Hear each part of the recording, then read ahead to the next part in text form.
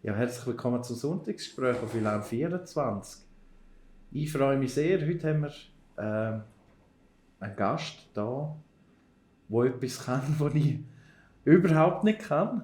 Sie ist Tänzerin, Choreografin. Sie gibt Tanzunterricht bei der Musikschule Prättigau. Sie ist aber auch zuständig, dass das eine gute Falle macht bei der Operettenbühne in Vaduz. Herzlich willkommen, Robina Steyer. Habe ich es richtig gesagt? Ja, genau. Ja. Hallo. Ja, du bist eben so im Tanz unterwegs.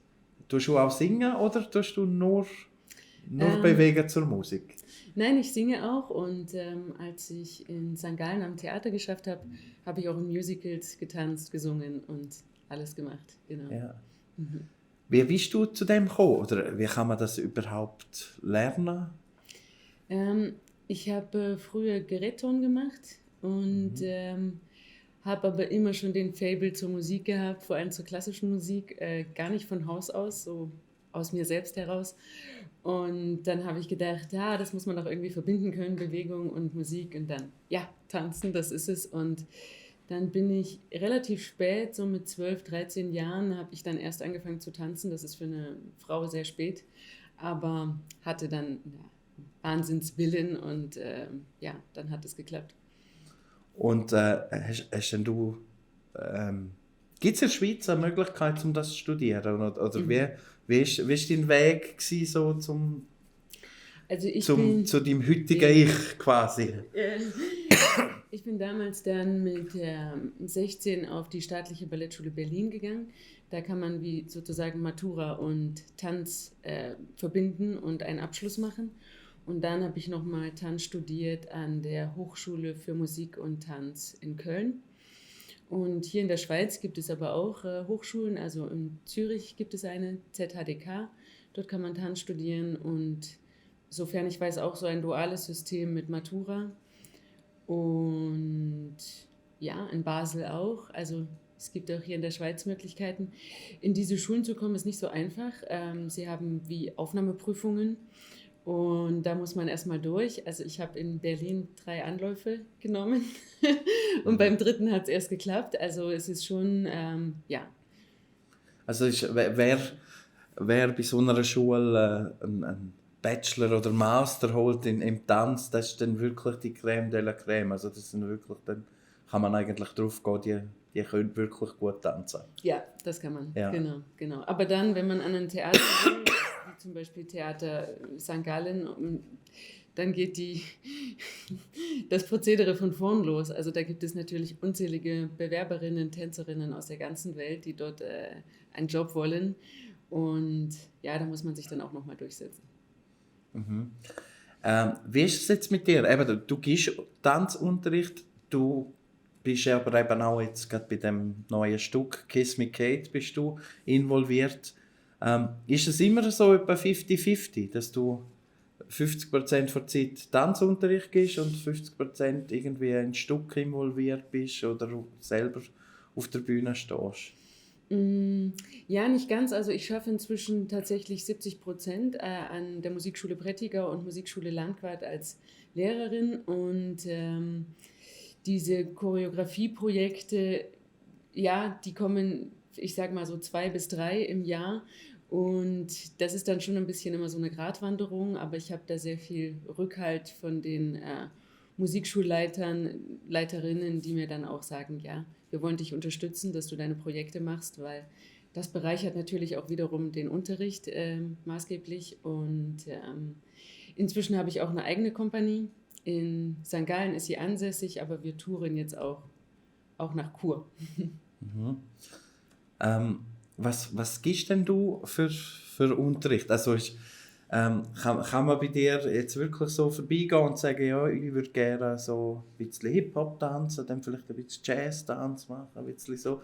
Oder wie kann man sich das vorstellen? So für jemanden, der jetzt wirklich so 2 linke Beine hat wie ich, der noch nie getanzt hat, aber gefunden findet jetzt mal, ich will irgendwie eine heiße Sohle aufs Parkett Also legen. eine gute Voraussetzung würdest du schon mitbringen und das wäre die Musikalität. Das Okay. ist auch nicht allen in Ja. die Wiege gelegt. Ich bin eigentlich klassisch ausgebildet, also ich habe mein Basis ist Ballett. Das war auch in der staatlichen Ballettschule dort in Berlin sehr, sehr auf Ballett ausgelegte russische Schule. Und in Köln habe ich dann noch zeitgenössischen und modernen Tanz studiert. Da hat man dann auch Spitze, Repertoire, Pas de deux, Partnering, Improvisation, also wahnsinnig weites Spektrum. Und inzwischen habe ich mich spezialisiert, also natürlich auf Ballett, modern, zeitgenössisch und ich verbinde aber meinen modernen Unterricht auch mit vielen akrobatischen Sachen, viele Sachen am Boden. Das sind auch die Schülerinnen erstmal nicht so gewohnt. Ich sage, ey, wir gehen jetzt erstmal nach unten. Breakdance, oder? Das ist, Ja, so ein bisschen. Also inzwischen gibt es ja auch so viele Einflüsse, Capoeira und so, man nimmt das alles auf und macht wie eine eigene Mischung und das finde ich mega spannend, dass das nicht alles so festgefahren ist. Also gibt es den Stil, das Tanzen nach Stil, gibt es das fast gar nicht mehr so? Also Doch. es vermischt sich schon. Es gibt es schon noch, also ich bin zum Beispiel Hip-Hop kann ich nicht unterrichten, also da bin ich habe ich keine Ausbildung für, aber Jazz habe ich gelernt und zeitgenössischen Tanz, aber inzwischen ist es auch so, dass Capoeira den zeitgenössischen Tanz beeinflusst und oftmals ist auch im zeitgenössischen modernen Tanz Elemente aus dem Jazz drin aber prinzipiell gibt es schon die Richtungen, aber sie bereichern sich auch gegenseitig. Mhm. Ist das so, wie würdest denn du deinen eigenen Stil beschreiben? Also was ist jetzt, wenn jetzt du so selber ein Stück tanzen, vortanzen könntest? Nein, ich sage nicht, dass du das musst auf dem Tisch, oder so, aber wie könnte man das beschreiben? Also was ist so deine Einflüsse und so? Ist es so bunt durchmischt, wenn jetzt du ein Stück müsstest vortanzen oder selber quasi erstellen? Also bunt durchmischt und sehr musikalisch. Also ich hole meine Inspiration eigentlich fast immer aus der Musik und ja, auch ein bisschen wild. Ja, so. Das ist so der Wild-Style. Ja, der Wild-Style. Ja. Okay. Ich habe gesehen, gibst du auch das Mutter-Kind-Tanzen? Gibst du das auch? Minimappa. Ja, genau. ist das noch, das ist ja noch nicht so lang, dass das gibt, oder? Nein, das gibt es seit 2 Jahren jetzt, oder? Ja. Ja. Mhm. Und wie ist das? Also, keiner zu klein, ein Tänzer zu sein, oder wie? Also für mich ist eine wahnsinnig gute Hilfe, dass die eins der Elternteile dabei sind und ja, das macht mega Spaß. Also meistens kommen die Mütter mit, aber wir hatten dann auch schon einmal ein Papa-Kind-Tanzen und ja, das macht mega Spaß und nein, man ist nie, also die sind nicht zu klein. Es funktioniert mega gut. Mhm. Ist das auch so etwas, wo die Entwicklung gut beeinflusst? Also das Tanzen, ist das, wenn man so ein bisschen Basics weiss vom Ballett zum Beispiel, ich weiss ja, Körperhaltung spielt eine wichtige Rolle beim Tanzen, oder? Mhm. Also kann man das nachher auch irgendwie auf andere Sportarten oder Entwicklungen abwälzen? Absolut, also Koordination, wir haben viele Sachen, wo sich Arme und Beine unterschiedlich bewegen, also das kann man eigentlich in alle Sportarten mit reinnehmen. Und das Tolle finde ich auch, weil du gerade von Entwicklung sprichst, vom Kind, ist, dass es auch so ein soziales Denken anfängt. Also man macht das miteinander. Wir tanzen zusammen und man muss aufeinander schauen und wenn man zum Beispiel ein Stück tanzt, einander folgen. Und ich habe das Gefühl, das bringt der Entwicklung mega viel. Mhm. Jetzt bist du momentan aber eben auch noch in dem Musical von der Operettenbühne. Also ist das nicht etwas, was sich widerspricht? Ihr habt ein Musical und Operettenbühne. Ihr macht doch eigentlich normalerweise Operette, oder? Ja, das stimmt. Oder wie ist das gekommen und was ist deine Rolle dort? Also soweit ich weiß, machen sie jetzt das erste Mal diesen Schwung ins Musical, diesen Sprung. Und Operette und Musical ist nicht ganz so weit entfernt, würde ich sagen. Es gibt auch sehr klassische Musicals wie West Side Story. Das Musical, was wir jetzt machen, Kiss Me Kate, ist schon sehr jazzig angehaucht. Also die Musik ist von Cole Porter und mega tolle Musik. Also für mich als Choreografin, besser geht's nicht. Ich kann das anhören und habe direkt Ideen. Ja, und das ist eine Herausforderung jetzt so für alle gewesen. Es war viel Arbeit für das Ensemble, für das Orchester, wenn am Ende dann alles zusammenkommen muss. Aber es funktioniert. Aber wie ist jetzt das, wenn jetzt du, also ich stelle mir das so vor, weil wenn du an ein Musical dran gehst, Musik ist ja wie vorgeschrieben, da gibt es ja wie Noten und so. Gibt es das auch beim Tanzen irgendwie, dass du kannst, wenn du an ein Stück hergehst, dass du sagen kannst, ja mal, dort könnt ihr das und das tanzen und dort könnt ihr das und das tanzen, oder muss man da von Grund auf alles neu schreiben jeweils? Von Grund auf alles neu. Ja. Okay, und das heisst eigentlich, jetzt kann man Kiss Me Kate bei euch schauen, kann es aber auch irgendwo vielleicht einmal in London schauen und die tanzen komplett anders. Ja. Also kann das durchaus sein? Ja, total, genau. Die Choreografie wird meistens komplett neu gemacht. Es gibt so ganz alte, verstaubte Ballette, also zum Beispiel Schwanensee hat in der ursprünglichen Choreografie von Petit Pas ist das so notiert und wird so gemacht, aber ansonsten gibt es da jetzt auch inzwischen neue Variationen, neue. Und ja, bei uns ist das tatsächlich so, es gibt kein Notenpapier, was wir aufschlagen können, wir starten von null.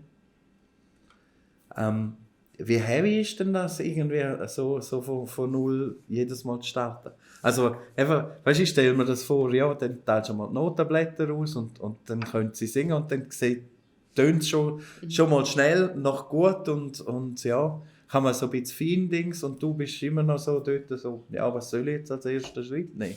Oder nicht? Also... Ja, also ich habe tatsächlich ein großes Talent für Choreografie, möchte ich behaupten. Also ich höre Musik und ich habe direkt Ideen. Ich weiß aber, es gibt Kollegen, kommt das nicht so. Was aber tatsächlich so ein bisschen, also man muss ja alles im Kopf sich vorstellen, jetzt auch wenn man ein Ensemble hat, wie wir jetzt von 7 bis 10 Mann, zum Beispiel wie Formationen funktionieren, dann machen die einen Kanon und das sind manchmal Sachen, die überlegt man sich vorher und dann sieht man es und denkt sich dann, wir machen vielleicht auch keinen Kanon. Also da gehe ich dann schon auch nochmal einen Schritt zurück oder verändere nochmal Sachen. Aber grundsätzlich muss eigentlich alles stehen bei Beginn der Proben. Und du bist dann, also schaust denn du das Stück auch oder bist du auch auf der Bühne? Nein, diesmal bin ich nicht auf der Bühne. Ja. Ich schaue von außen und das ist als Choreografin auch viel besser, weil man kann von außen sehen und Korrekturen geben und ja. Und dann machst du Strichli so, oder wie? Also, ja, genau. Gibt es so ein Bestrafungssystem? Vielleicht auch, ja, so, mit dem Lineal auf die Füße hauen oder so. Nein, es ist halt auch schwierig so. Ja. Ja, total. Und ich muss dir auch sagen, ich habe als Tänzerin ja auch selber viel getanzt, auf der Bühne gestanden und man hört am Ende des Tages eigentlich fast nur Kritik. Das war nicht gut. Und das habe ich mir jetzt halt inzwischen auch so ein bisschen angewöhnt. Natürlich, man korrigiert das, was nicht gut läuft, aber ich muss mich dann auch zwischendurch mal dazu bewegen, zu schätzen oder Komplimente zu geben und sagen, hey, das war heute gut. So. Ja. Es ist halt noch die Schwierigkeit, also irgendwie ein Bezug zur Musik hat irgendwie wie jeder. Oder? Aber einen Bezug zum Tanzen hat dann eben nicht jeder. Also das ist so irgendwie, das ist noch schwierig irgendwie, da kann jeder, also weißt du, wenn jetzt jeder so ein Stück aufführt, dann sagen alle nachher, boah, ist so schön gesungen, oder? Und niemand sagt so, wow, das ist schon noch spektakulär Tanz gewesen, oder so? Yeah. Oder ist das so, kommen die Rückmeldungen auch? Ja, zu dir. Die Rückmeldungen kommen auch. Aber schon, wie du sagst, der Bezug zur Musik ist irgendwie eher da. Wobei ich weiß jetzt gar nicht so, wenn ich an die Jahrtausende zurückdenke, als wir angefangen haben, Musik zu machen, hat ja auch immer Tanz schon eine Rolle gespielt. Also ich glaube, es ist schon, Musik und Tanz ist schon eins der ursprünglichsten Kunstformen, die wir gemacht haben. Aber ich habe das Gefühl, wir haben uns vielleicht teilweise ein bisschen entfernt vom Tanz. Er war auch lange sehr hoch stilisiert. Also als dann das klassische Ballett aufkam, war ja nur das klassische Ballett quasi wie Tanz. Das ist so ein bisschen ein Klassending, eine Art, oder? War Also es lange. so elitemäßig, oder? Ja, war es lange. Jetzt hat sich das natürlich wieder aufgebröckelt. Im 20. Jahrhundert kam der moderne Tanz und auch Einflüsse aus afrikanischen Tanz und alles Mögliche. Aber ja, das hat gedauert. Gibt es also bei den Musikern gibt es ja viel, dass jemand ja, spezielle Vorbilder hat oder so. Hast du das auch? Dass jetzt zum Beispiel findest, Gene Kelly, Michael Jackson oder so. Und jetzt habe ich praktisch alle Tänzer schon aufgezählt, die ich kenne.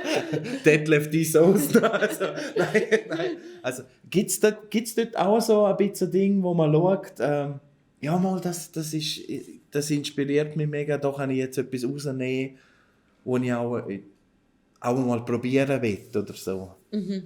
Also Michael Jackson ist auf jeden Fall ein Wahnsinn, also ein Genie. Also finde ich absolut stimmlich, tänzerisch, also beides auf einem klasse Niveau. Also ist ein super Vorbild.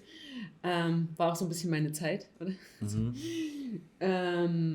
Aber auch heute leisten die Stars ja irgendwie viel. Also auch Britney Spears und so, die haben ja wahnsinnige Tanzshows, ganz im Pop-Bereich.